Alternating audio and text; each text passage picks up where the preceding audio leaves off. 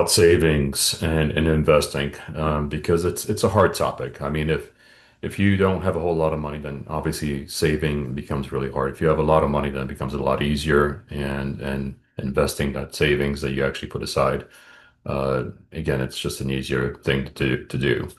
Um, but if you don't have a whole lot, then it becomes a much bigger sacrifice. But it's a sacrifice that you have to make no matter what, because by putting a little bit aside, it doesn't have to be very much. I mean, yes, if you can put more, that's even better.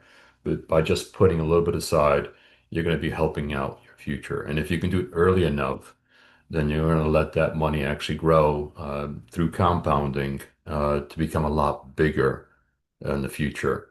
Whereas if you start saving later on in life and you don't have as many years left, let's say to maybe retire, then it doesn't compound as much. So the key is to really, it's a sacrifice. And again, I realize that we all have obligations, lots of obligations, and some of us more than others.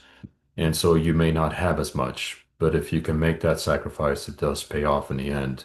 And then the best way to actually save and invest it by is by actually making that a priority. And at the beginning of every month, actually doing that, setting aside some money, and then letting yourself adapt to what you need to do for the remainder of the month and the expenses that you have. Because if you do that and you prioritize that, you can kind of make things work. You actually end up making things work as long as you have some discipline, obviously. And you may not get everything you want for the month. You may not spend on everything that you want, but you'll adapt. And by doing that, you'll actually have saved some money and invested some money. And again, by investing, it does help in the long term. And so what I want to do is actually run through some scenarios just so that you can see the impact of saving and investing. And I have 10 different scenarios, and I'll run through them very quickly. We don't have to go into detail into every single one of them.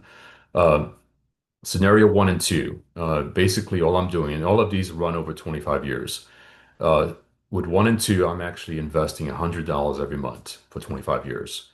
And the only difference between one and two is that the average returns every year are going to be 8.5 for scenario one and 12% for scenario two. And if you look at the final value, the total amount contributed is going to be 30,000, obviously for both of them. And the final value based on 8.5% is 98,000, almost 100,000. And then for 12%, it becomes 168,000. And the market returns are going to be somewhere in between, at least that's what they've been. They're going to be somewhere in between 8.5 and 12%. But as you can see, by investing a small amount every month, okay, um, my total amount or my final value, especially at 8.5, it's basically more than three times. And at 12%, it's a double. You're actually doubling what you got at 8.5%. All right. So again, tremendous final values, and it didn't take a whole lot. It just takes, again, in this case, I'm only showing you $100 a month. If you double that, if you triple that, then obviously you're going to be tripling or doubling the final values also. Scenario three and four, just to run quickly through the other ones.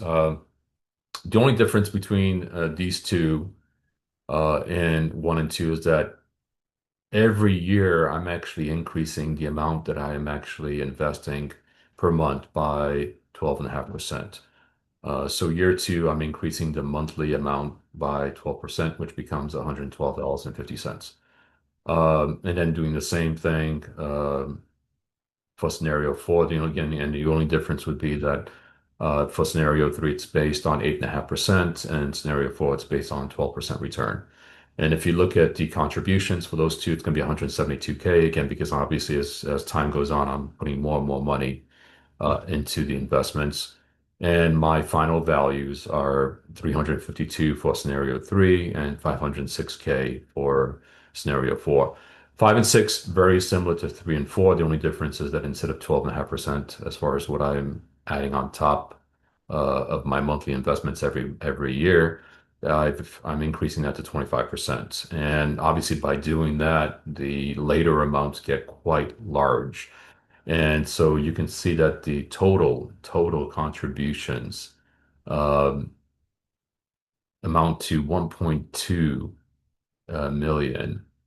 Uh, for scenario 5 and 6, and the final values are going to be 1.9 million for scenario 5 and 2.4 million for scenario 6. And here's the thing. I mean, obviously, yes, I'm increasing the amount that I'm investing, and it's growing, but those final amounts don't really have as much of a contribution to the final value as the earlier amounts, because the early amounts had lots of time, had more time to compound and actually add incremental value every year. Whereas the final amounts didn't have that same time period or the same length of time period to do that. So the sooner you can start investing, the better off you're going to be. Um, and then for scenarios 7 through 10, the only difference that I'm making relative to 1 and 2 is that instead of saving $100 a month, I'm gonna do $200 a month for 7 and 8 and 350 a month for 9 and 10. And then I'm only doing that for 10 years. And then I'm stopping. I am not doing any more investing. And as you can see, for 7 and 8 at $200 a month for 10 years, my contributions are going to be lower than they were for 1 and 2. So it's 24,000 versus 30,000. But I end up with a greater final value. 125K for scenario 7 and 242K for scenario 8. So the sooner you can actually start investing, and if you can actually bump up what you invest, I mean, in this case, I'm showing a difference or an increase of $100 from 100 to 200. But it doesn't have to be an increase of 100. It could be an increase of 50. But if you can do that and you can do it early enough, again, you're going to get a much greater return, much greater final value in the end. And then I only showed this for 10 years. If you continue on to 15 or to 25 years, and then obviously those amounts are going to increase. And again, for 9 and 10, the difference between uh, those two and again 7 and 8 as well as 1 and 2 is that I'm doing $350 uh, a month for 10 years. And my contributions, again, they went up to 42,000. And my final values were 219K for scenario 9 and 425K for scenario 10. So compared to 7 and 8, because again, I'm almost doubling the amount that I'm actually investing per month for those 10 years. It's almost a doubling effect on the final values, obviously, which makes sense. It's just, again, that's just math. But again, what I wanted to show through these scenarios is that for number one, start investing, start saving and investing as soon as you can. And it can be a little bit of money, or it can be a lot more money. If you can save a little bit more than just the basic amount that you're thinking about, then in the end, you're going to get a much greater final value than if you just do the basic amount. Because again, you're going to let compounding help you and have a very big effect on the amount of returns and the also on the final value, obviously. So sooner the better, and let time work for you. Don't wait until later. Do it now. Some people say, well, I'm only going to save a little bit now, much less than what I want to or should. Um, and then later on, I'll catch up. It's much harder to do that because you won't have as much time. So if you can actually start saving now, you're actually going to give yourself some time later on where maybe you can't save as much for different reasons. So start now, make the sacrifice. I know it's a sacrifice. I know you're giving up something that you can do today, buying something, or maybe taking a trip, or anything actually. There's lots of things, but I'm not saying not to enjoy what you have. Enjoy your life, but make it a little bit of a sacrifice. Make it a priority. Invest in yourself, basically. Save some money, invest it. Make that the first thing that you do every month, and then adapt to what you have to do and what you have to spend based on the remainder of the money that you have. All right. Thank you.